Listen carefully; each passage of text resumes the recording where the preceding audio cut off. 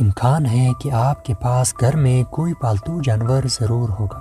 آپ کے پالتو جانور کی سماعت کتنی تیز ہے؟ میرا مطلب ہے کہ وہ آپ کو چپس کا تیلا کھولتے ہوئے سن سکتا ہے یا نہیں، چاہے آپ گھر میں کسی دوسری منزل پر کیوں نہ ہو۔ ڈیزرٹ کنگ ٹی وی میں آنے کا بہت بہت شکریہ۔ دوستو، آئے ذرا جانوروں کی سماعت کی دنیا میں جائیں اور تصور کرنے کی کوشش کریں کہ زندگی دوسرے مخلوقات کے لیے کیسی لگتی ہے۔ ہم انسان بہت اچھے ہیں، ہمارے پاس ہر طرح کی صلاحیتیں ہیں، لیکن اس ٹیکنالوجی کے بغیر ہم انسان 1 کلومیٹر کی دوری پر بھی کسی دوسرے انسان کو نہیں سن سکتے، جبکہ جانوروں میں ایسے جانور اللہ تعالیٰ نے بنائے ہیں کہ جو میلوں میل دور ایک دوسرے کے ساتھ بغیر کسی کنیکشن کے بات چیت کر سکتے ہیں۔ سب سے پہلے اگر ہم بات کریں ہاتھی کی، تو ہاتھی انفراریڈ لہروں کو پکڑنے کی صلاحیت رکھتی ہے، یعنی یہ نہ صرف میلوں دور گرج چمک کی آواز سن سکتی ہے بلکہ بادلوں کی کشمکش کی آواز بھی سن سکتی ہے۔ جی ہاں، آپ نے بالکل ٹھیک سنا، ایک ہاتھی آسمان پر گزرتے ہوئے بادلوں کی آواز کو سن سکتا ہے۔ صرف یہ نہیں بلکہ ان بڑے جانوروں کے پاس بات چیت کرنے کا ایک ہوشیار طریقہ بھی ہے۔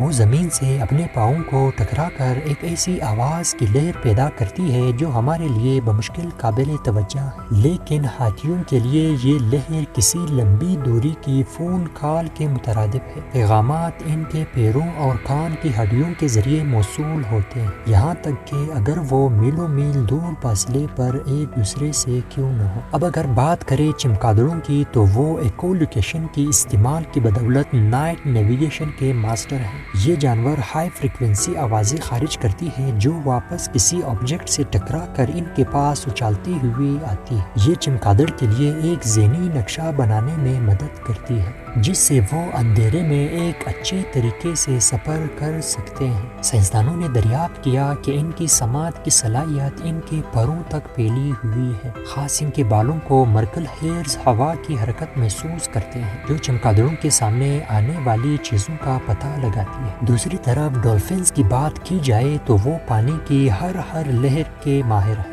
آپ کو لگتا ہوگا کہ پانی کے اندر رہنے سے سماعت پر اثر پڑے گا، لیکن ڈولفنز نے میرے اور آپ کے اس خیال کو بالکل تبدیل کر دیا ہے۔ ڈولفنز کے ماتھے سے ایک وائبریشن کریٹ ہو کے نکلتی ہے جو ان کے سامنے آنے والے کسی بھی آبجیکٹ سے ٹکراتی ہے اور باؤنس بیک ہو کے واپس ان کے ماتھے سے ٹکراتی ہے اور ان کے دماغ میں اس آبجیکٹ کا کمپلیٹ نقشہ تیار کر لیتی ہے۔ حالانکہ ان کے کان ہمارے طرح دکھتے تو نہیں مگر سنتے ضرور ہیں۔ تیسری نمبر پر بات کی جائے بلیوں کی، تو ان کے کان ہائی فریکوینسی آوازیں پکڑنے کے لیے بنائے گئے ہیں۔ 160 فٹ کی دوری سے چوہوں کی آوازیں سن سکتی ہے۔ سماعت کے ٹراپک کی بات آتی ہے تو جانوروں کی بادشاہی ایک ایسے فاتح کے پاس ہے جسے دی گریٹ ویکس موتھ کہتے ہیں۔ یہ ایک بڑا مومی کیڑا اسکاٹ لینڈ میں مقیم سائنسدانوں کے ذریعے دریافت کیا گیا ہے۔ انہیں ان کیڑوں کے بارے میں کچھ دلچسپ بصیرتیں ملی ہیں۔ اس مومی کیڑے کی سماعت اتنی اچھی ہے کہ یہ چھوٹی سی مخلوق 300 کلو ہرٹز تک کی فریکوینسی پر آواز اٹھا سکتی ہے، جبکہ ہم انسان صرف 20 کلو ہرٹز تک کی آوازوں کا پتہ لگا سکتے ہیں۔ جیسے جیسے ہم بڑے ہوتے ہیں تو یہ صلاحیت تقریباً 15 کلو ہرٹز تک گر جاتی ہے، مطلب کہ ڈولفنز بھی ان کا مقابلہ نہیں کر سکتی، کیونکہ ڈولفنز صرف 160 کلو ہرٹز تک کی آوازیں سن سکتی ہے۔ آپ شاید سوچ رہے ہوں گے کہ آخرکار کیڑے کو ایسی سپر ہیئرنگ کی ضرورت کیوں پڑی؟ سائنسدانوں نے بتایا کہ اس کے پیچھے راز یہ ہے کہ چمگادڑ کو